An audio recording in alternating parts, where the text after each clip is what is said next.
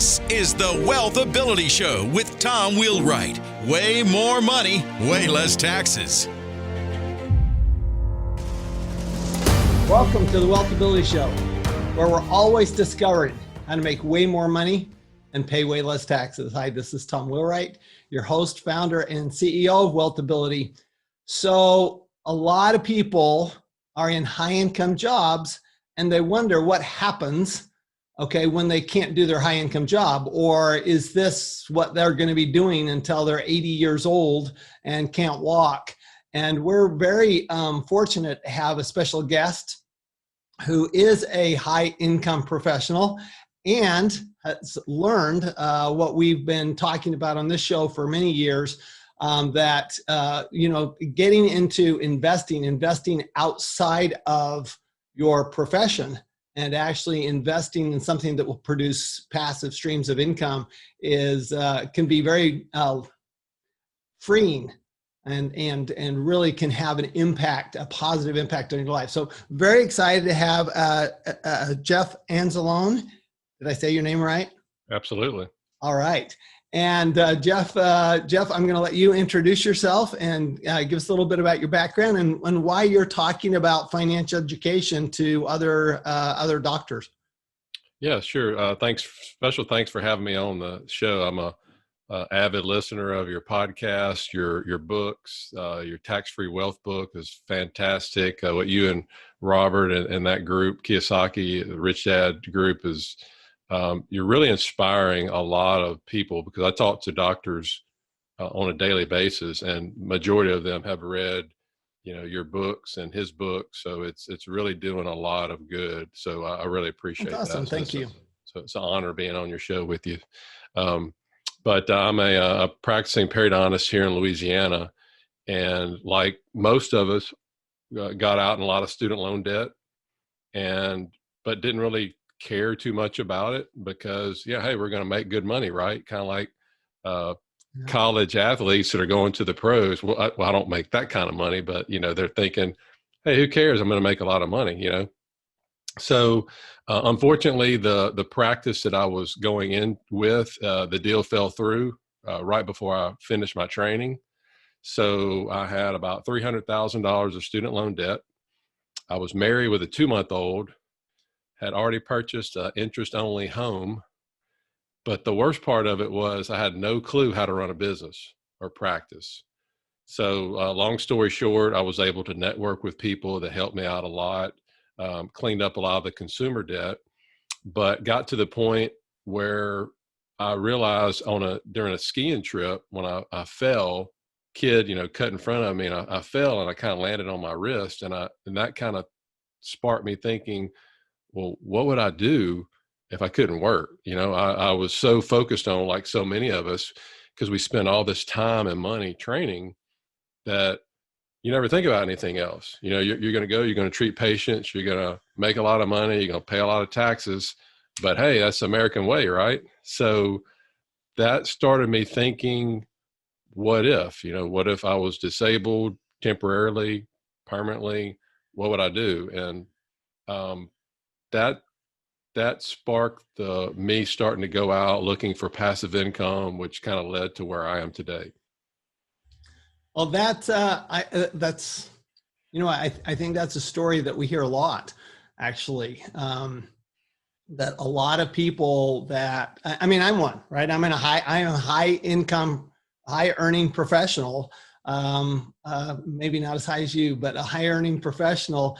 And I was fortunate to come out of school with no debt, which was for which I've been eternally grateful to the schools that paid my way. But at the same time, I've had the same thought. What happens if I can't do my job, right? What happens if I can't do accounting? What happens, fortunately, I can do it without my hands, but, let's say I got a head injury or something like that. And I've seen that happen. So what did you decide to do? I mean, how did you actually get to the point where you were going, okay, I'm actually going to invest in something. Now, obviously you're still doing your job. You're still practicing, How'd you decide that you were going to do something to, how'd you decide on what you were going to do and how to do that? Yeah, that's a great question. I knew that other people were doing it, so why reinvent the wheel, right? So I started reading. I'm a big reader. I love to read and listen to podcasts, and I've studied a lot on successful people, millionaires, and it seems like the majority of them had real estate in their portfolio. But really at that time, Tom, about 5 years ago, when I was starting to get into this, I had no idea about the whole passive income, passive real estate investments. I thought you got to go buy a house, you got to go buy a trailer park, you got to buy a storage unit. Yeah, you had to go wash toilets, right? Yeah, I mean that's what I thought. So that's where I was focused, and I met people. I went to seminars, and I was ready to go. And then I was meeting with people that they do it all the time here, and I see all the phone calls they get, and somebody broke into an apartment, having to meet the sheriff over there, and this and that. I'm like, I just don't know, but I luckily that was kind of the time that the crowdfunding started coming out online, and I started doing a little bit of that, little debt deals, small deals, and that worked out pretty well. And then I decided to bite the bullet and get into the big equity deal. It was a $50,000 investment in an apartment complex in Tulsa, Oklahoma. And long story short, after about 2 years at not receiving any money distributions, all the investors lost everything. Oh my heavens. Yeah. So, and it was at that point where I realized I didn't know what the heck I was doing. And I made it a point from them on out, because I was just looking at going to a website, looking at the deals and going, what's the highest return? I didn't know what COC and IRR, and I was just looking at what's the highest return and what apartment complex looks the best. That was it. So it deserved me right, really, to lose, because so now I've made it a point to learn, network with people. So now all of the investments that we're doing now, knock on wood, have been successful. But that's kind of how I started to get up to this point. Well, I always say that we learn more by losing than we do by winning, right? There are a lot of lessons there, and I think you make a really good point. This is a point that I see all the time, is that there are always winners and losers in investing. It doesn't matter what type of investing, whether it's real estate or stock market or business. There are always going to be winners and losers. I mean, 9 out of 10 businesses go under, right? So within the first few years. So what types of things, when you started getting educated, what types of things did you see as far as what you needed to learn, what you needed to be able to look at in order to make a good decision on that stream of income? Probably the most commonly asked question I get when I start talking to high income earners, doctors, whatever, a lot of engineers, for whatever reason, they'll call and ask me. And the question is, Jeff, how do you find the best deal? And that, as you know, that's the wrong question to ask. It's how do you find a trusted sponsor, and they'll find you the good deals. It's kind of like if you need neck surgery or something, you find the good surgeon, and they have the skills to do whatever procedure you need. So that fine. And unfortunately, Tom, there's a lot of them out there that if you would look at their website or listen to their podcast or talk to them on the phone, you would think this guy owns 5,000 units where he owns 0. And you just have to you have to dig into it. You got to research, you got to talk to their current investors to see what they say about them. And so that was one of the reasons that pushed me to start my website, because doctors don't have a lot of time, and I've been messed over, and I'm sure a lot of people have been messed over. So I wanted to sort of be that trusted resource out there that hey, look, I'm vetting, I'm doing all the legwork for you, but I do encourage people to learn for themselves. But I wanted to put my name on it to say, hey, you know what, I recommend or I trust this person, I invest with them, or answer their questions to help them. No, I think that's great. You make a good point that one of my favorite things I learned from my friend Robert Kiyosaki, is that you can't do a good deal with a bad partner. And so it doesn't matter how good the deal is if the partner's bad. And that's particularly true. I mean, when you're talking about, for example, multifamily housing or commercial real estate or something like that, that takes, and the money's made in the operations, right? That's where you make the money is. Not only are you buying the right deal, but are you taking care of the property? Are you adding value to the property? Are you operating the property so in such a way that it's going to produce cash flow, right? Because cash flow is what it's all about. And one of the things that I think, the second thing that I think people miss a lot is that all investments are a function of their cash flow. So the value of investment is directly related to your cash flow. You mentioned COC, so cash on cash, right? Cash on cash return.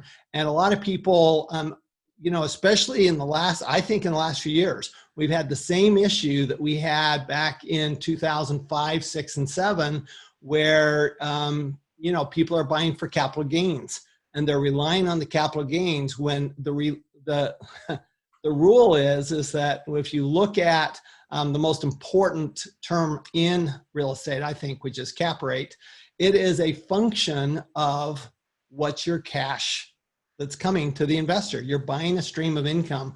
That's the whole idea behind a real estate investment. A stock should be behind a stock investment or any other kind of investment, is you're buying a stream of income. So I think you're absolutely spot on, Jeff, that the very first thing we have to do is we have to find a good partner. And okay, so now you found a good partner. Now what are you looking at? Well, actually, to take a step back before that, I actually had a conversation last night with a guy that is from my neck of the woods down here in Baton Rouge, anesthesiologist. And he's, said, hey, I've got 3 kids, they're in private school, and I just want some passive income. And so there wasn't really any driving factor. So I always tell them, if you're married, sit down with your spouse. Number one, start with why you want to do it, because as you know, that's going to keep you going. Not just, I want passive income. It's, hey, I want to, retire in 10 years and have options to go coach football or start a mission somewhere, or, donate more, or whatever that is. But, or you may have a different job you want to do. Yeah. Thank you for bringing that up. It's been interesting over the last year. The best thing about doing these podcasts is meeting people like you. And one of the things that I've really run into a lot is a lot of people talking about, look, you need to focus on what's the dream. What are you wanting to accomplish there? And even Eckhart Tolle talks about, and he's he's about living in the present moment, but he talks about adding the goal, and it really adds some enthusiasm. That's where you get enthusiasm, is when you have a goal. Right. And that's actually the first thing we do. So when we take a new client in our Wealth Ability Network, the very first thing we do is we have them determine where are they going. What is it that they're trying to accomplish, for the exact same reason. It's not easy, is it?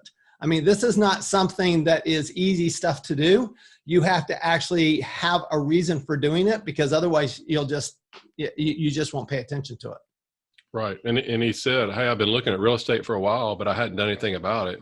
That's because, he didn't have a definitive purpose of why he wanted to do it. And then I asked him the next question. I said, well, you got 3 kids, you're about my age, and you're busy, right? He said, yeah. I said, well, do you have time to take a lot of calls, be a landlord? He's like, no. I said, well, you've answered the next question, between an active or passive investor. Right. So once you determine your goals, then if you want to be a passive investor like myself and most of the people that I talk to, because they just don't have time, then you can go and start down the path of finding the correct sponsor or operator of passive deals that allow us to invest with them.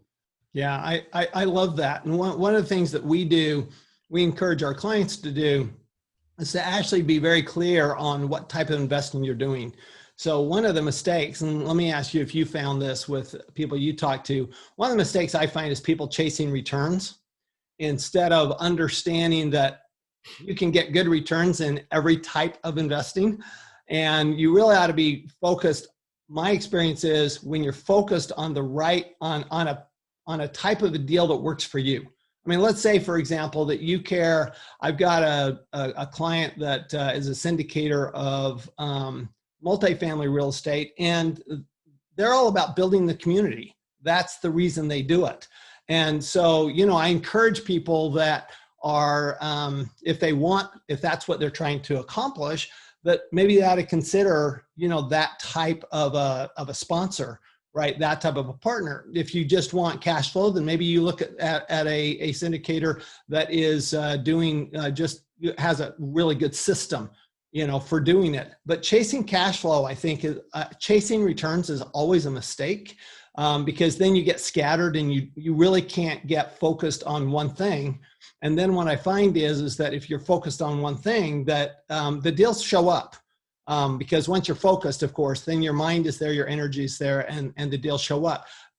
Have you had challenges now that you're focused, now that you're doing the things that, and you've got the education, are you finding it difficult to find deals, or you find that deals are finding you? Well, this, depending on when people listen or watch this, this year with the pandemic, it has really shut down a lot of the lending and shut down a lot of the deals. Whereas usually, I would see maybe 6 to 8 good deals. I've seen maybe 2 thus far this year. But again, it goes back to the sponsor. If you have a good one, they're always, people don't realize these, the ones that I work with, they're looking at 80, sometimes 100 deals a month, right, underwriting them. And they may make an offer in 1 or 2. So people don't see that behind the scenes, versus these websites like the one that Realty Shares that I invested with that's actually gone under now. They just get pitched deals all the time. And I talked to one of the sponsors one time that actually pitched a deal to them. They said there was no, vetting. There was nothing. It was like, okay, you got a deal? Yeah, I'll put you on my site. But the way that a lot of these websites state is, hey, we get all these deals and we're only putting the best of the best on our website. I just, if I'm going to invest a lot of money, I want to know, I meet them personally. I go, and if I have time to tour the property, I want to see their business plan. Because again, if I'm going to spend my hard-earned money on something, invest with them, I want to know that. Plus, if I'm going to recommend to family or friends or whomever, again, that reflects back on me. So I think that's very important. But something you didn't touch on, which you have a lot more knowledge than me, is taxes. And, a lot of times, instead of just chasing returns, you got to look at, you're talking about cash flow and getting a lot of this tax-free money from these distributions based on the depreciation. And you don't realize how much money you have to put away, which you're usually taxed, and then you take it out and it's taxed again to get the amount, that we're getting, tax-free. So you have to take that into consideration as well. No, for sure. When you talk about cash flow, people particularly stock financial planners, they like to talk about your return before taxes. They don't always like to talk about return after taxes. I give an example in Tax-Free Wealth of a real estate deal versus a stock deal, where the stock deal has a higher cash on cash return before tax, but the real estate is almost double the cash on cash return after tax. And so it's really the money, it's money that you end up with that matters. On top of that, so one of the issues that I run into all the time is people that are passively investing, like your folks, that they've got tax advisors say, well, if you're a passive investor, you don't get to use the deductions. So I don't know what your experience is. This is the first time we met. My experience is that it's pretty rare that I can't find a way for my passive investors to use their deductions. Okay, and they can use them upfront. That's actually not that difficult to do.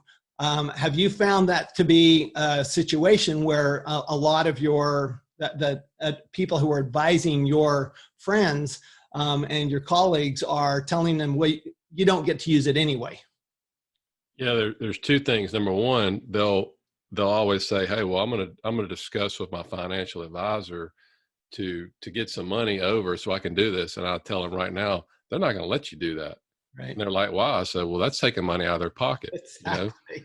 And then number two is typically 9 times out of 10 when they talk to their accountant, they usually just say, "We don't really know much about real estate investing," so they don't have a really good background. So finding people such as yourself and other groups that help real estate investors, that I usually encourage them to speak with their accountant first. If not, we can link them up with people that are more well versed in the real estate side. I was doing a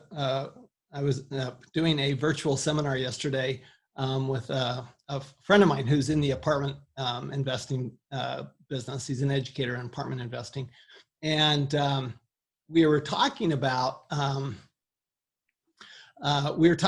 your team members and specialists. And it's interesting. I mean, you're a specialist in your field, right?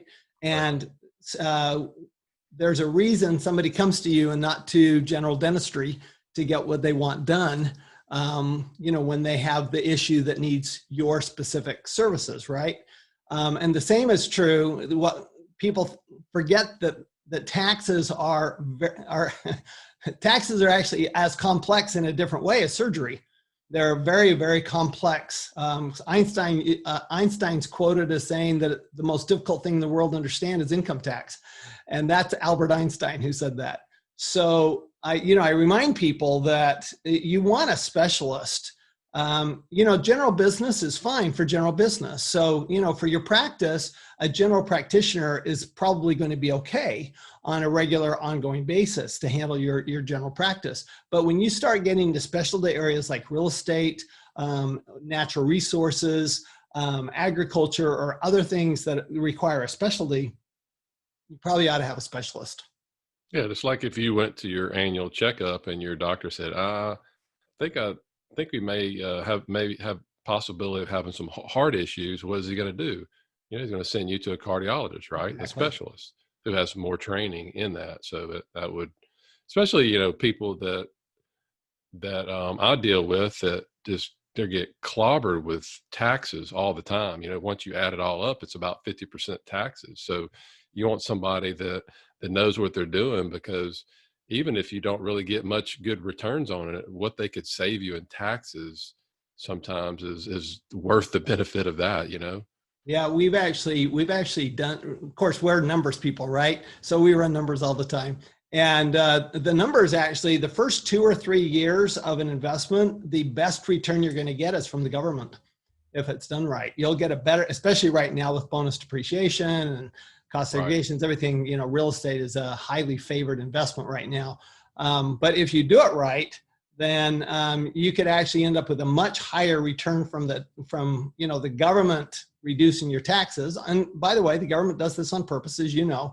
This is not a loophole. This is something the government has done really affirmatively and said, look, we want to build more housing. We want to build more commercial properties. We want to generate that for the economy. And so therefore, if you're willing to take the risk, we'll kind of, we'll be your partner in that. And so we always say, partner with the government, and you either partner with them by paying high tax and you're a silent partner, or you partner with them by paying low tax in doing what the government wants you to do. So right.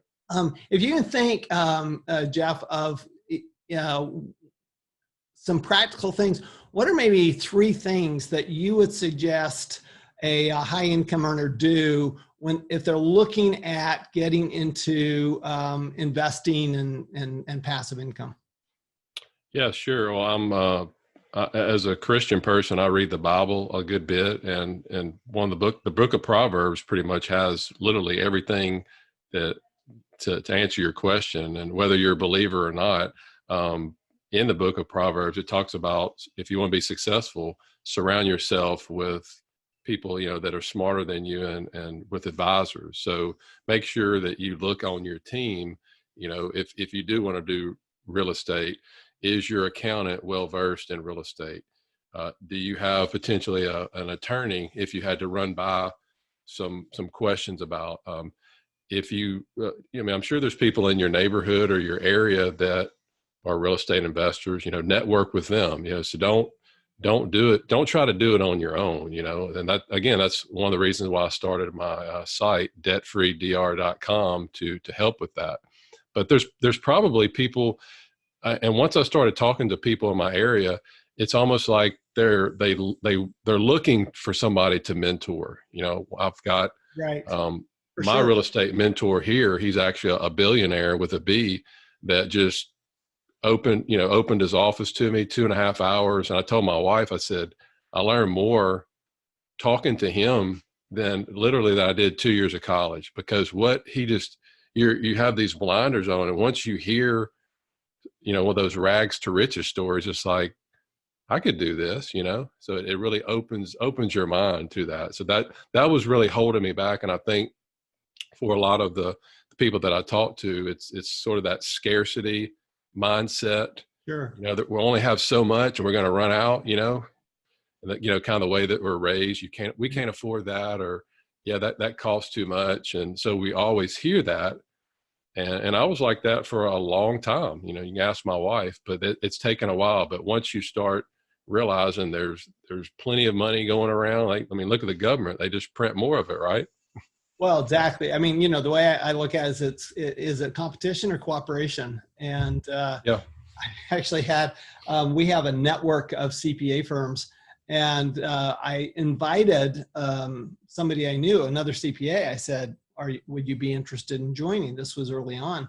And he said, why would I ever want to share what I know with somebody else? And I'm going, I don't know, maybe because they'll share with you what they know, And so he was very much about competition, and our network is very much about cooperation. We meet literally every month, at least once, sometimes twice a month, to get together to share information with each other. So here you have a bunch of CPAs that tend to be competitive by nature, and cooperating and sharing stories and sharing, here's how we do this. And I'm like you. I think, there's plenty of money to go around. There are plenty of deals to go around.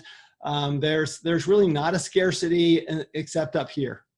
And that's where the scarcity is. True. All right. So getting the right people around you, that's one thing. What are a couple of other things that you think people ought to be doing?